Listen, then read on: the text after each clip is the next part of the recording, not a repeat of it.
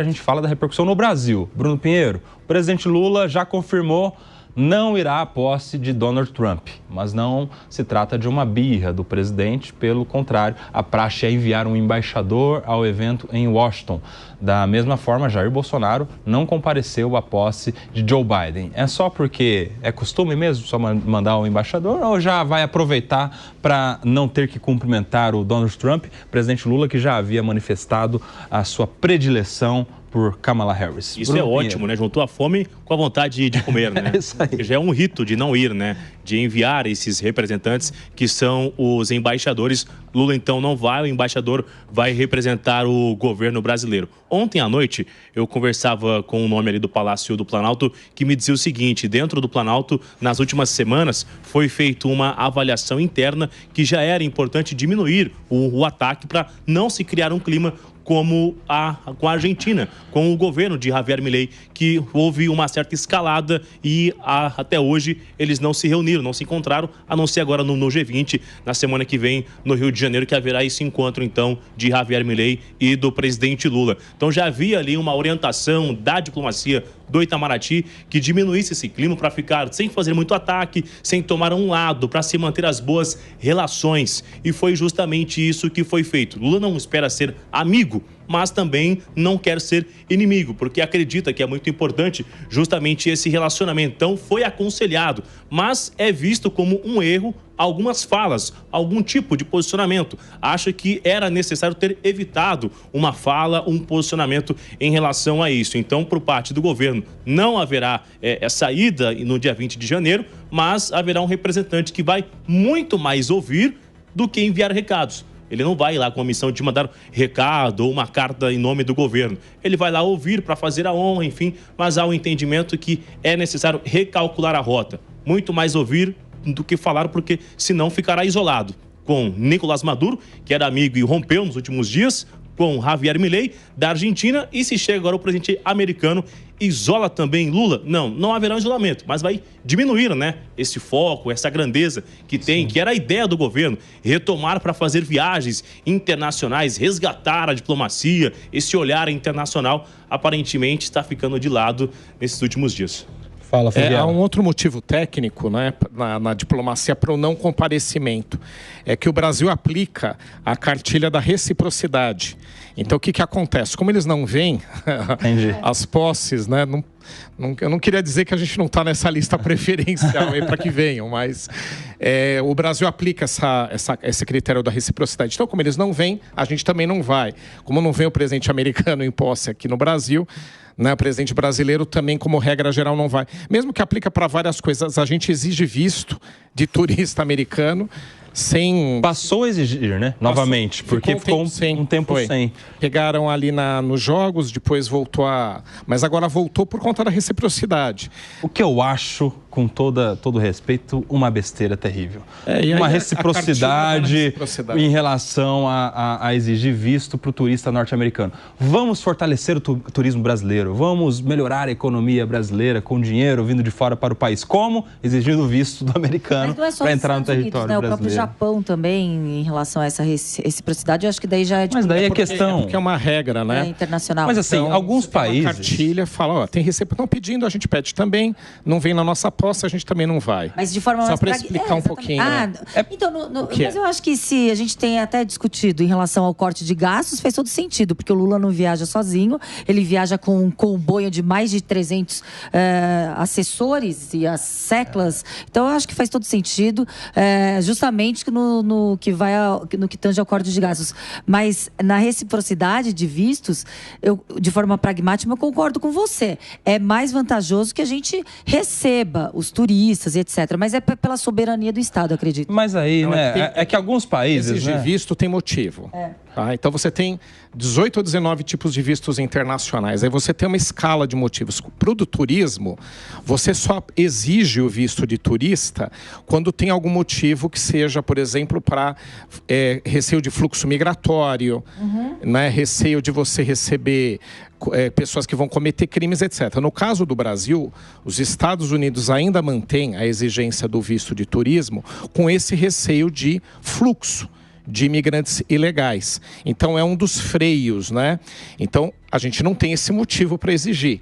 Esse é o ponto. Mas por conta da reciprocidade que o Brasil utiliza, então o que pedem da gente, a gente também pede. É mais ou menos por aí que é a regra. Eu estou só explicando tecnicamente. Sim, é uma questão de honra, né, Danilo? Faz sentido enaltecer o valor do Brasil, mas nesse caso a reciprocidade nos atrapalha economicamente, né? É porque uma coisa é o Reino Unido vai começar a exigir por reciprocidade em relação... Estão precisando de ninguém ficar explorando lá o turismo, né? O Japão. Mas o Brasil poderia ganhar muito com americanos vindo para o território brasileiro, né? Eles que têm dólar, a gente que tem reais, poxa, eles vêm e vão gastar um monte aqui, é dinheiro que vai ficar. Eu também não concordo, mas acho que... Não é? Eles seguem essa cartilha e por isso do presidente só estava explicando aqui. Agora eu quero a sua opinião, Danilo. Como é que fica a relação Brasil-Estados Unidos? Já que a gente falou do turismo, por exemplo, como é que fica para o brasileiro, que a gente teve muitos brasileiros aí indo para os Estados Unidos nos últimos anos, e a questão da imigração, enfim, foi assunto durante a campanha eleitoral. Como é que fica agora a relação Brasil-Estados Unidos, ou mais, brasileiros e Estados Unidos? Como é que fica? Então vamos começar pelas questões institucionais, né? Sim. Então, ao meu ver, né, nós vamos ter um distanciamento, vamos dizer, político-ideológico. O governo Lula foi um governo, não é, que se aproximou do governo Biden, inclusive politicamente, sobre essa retórica da defesa da democracia, do combate à extrema-direita. E o Trump era associado a isso. Então nós vamos ter, eu vejo, nem a médio prazo, mas a um curto prazo, um certo afastamento. Por que eu digo isso? Porque... já tivemos na história, né, inclusive com Lula, situações onde governos considerados de direita nos Estados Unidos tinham uma primeira aversão ao quê? Ao status político do governo brasileiro e depois se aproximaram por questões pragmáticas, por questões de interesse. Vejamos a aproximação do presidente George W. Bush com o Lula, se eu não me engano, ainda no seu primeiro governo. 2003, se não me engano. Isso, foi uma questão... filho, né? Isso, né? Ficaram amigos. Tivemos o quê? Então tivemos essa questão. A questão econômica, Kobayashi, eu não vejo vamos dizer aí, um processo de dificuldades, porque a relação econômica, comercial com o Brasil é uma relação histórica, consolidada. As demandas americanas em relação aos nossos commodities, vegetais e minerais, são uma constante. Também há demandas no que se refere a questões de produtos manufaturados e tecnológicos, como, por exemplo, os nossos aviões. A questão, né, das demandas de compra de aviões pelos americanos aos nossos produtos é uma constante. E vemos também, né, que nossas demandas em relação ao mercado americano também se manterão estáveis, Raquel. Então, esses são os pontos. Quanto às questões de fluxo de pessoas, nós deveremos observar qual é essa política restritiva do Trump. Como será essa política de portas fechadas? Porque, querendo ou não querendo, aos olhos dos americanos, nós somos latinos. E ele fala do fechamento de portas a latinos. Então, em que perspectiva o Brasil estará inserido nessa realidade? Mas volto a insistir, Kobayashi.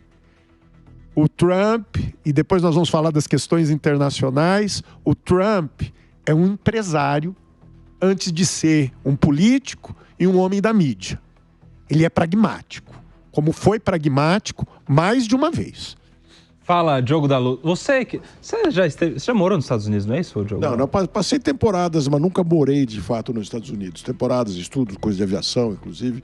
Agora, eu acho que, concordo com tudo que foi dito aqui, mas eu acho que a relação do brasileiro com os Estados Unidos, como questionou o Kobayashi, vai ficar péssima. Sério? Muito mais do que pelo Trump, ou pelo que seja, por $1 batendo quase R$6. Vai ficar impossível para o brasileiro ir para lá, a não ser pouquíssimos, muitíssimo ricos. Veja só. que o problema não vai ser em relação ao governo americano. Por conta do governo brasileiro, é que vai ficar ruim a situação do brasileiro com os Estados Unidos ou com a moeda dos Estados Unidos. Isso anima, inclusive, o setor do agronegócio, né, Diogo? Eu conversava essa semana com o deputado Evair de Mello, que é o atual presidente da Comissão de Agricultura, que está muito otimista com ali a importação tanto de grãos, o café também, que é muito forte, né? Então isso tudo ajuda muito o agronegócio. Agora também tem uma grande preocupação, sobre reenviar as pessoas, uma deportação em massa, que vai ter aqui uma grande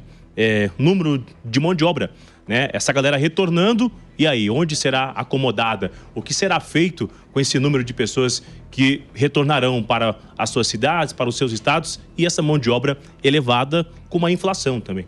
Me parece, Bruno, que a quantidade de brasileiros residentes ilegais nos Estados Unidos não é tão grande assim. Então, o retorno deles me parece que seria mais fácil de ser absorvido até do que os venezuelanos que vêm entrando por aqui.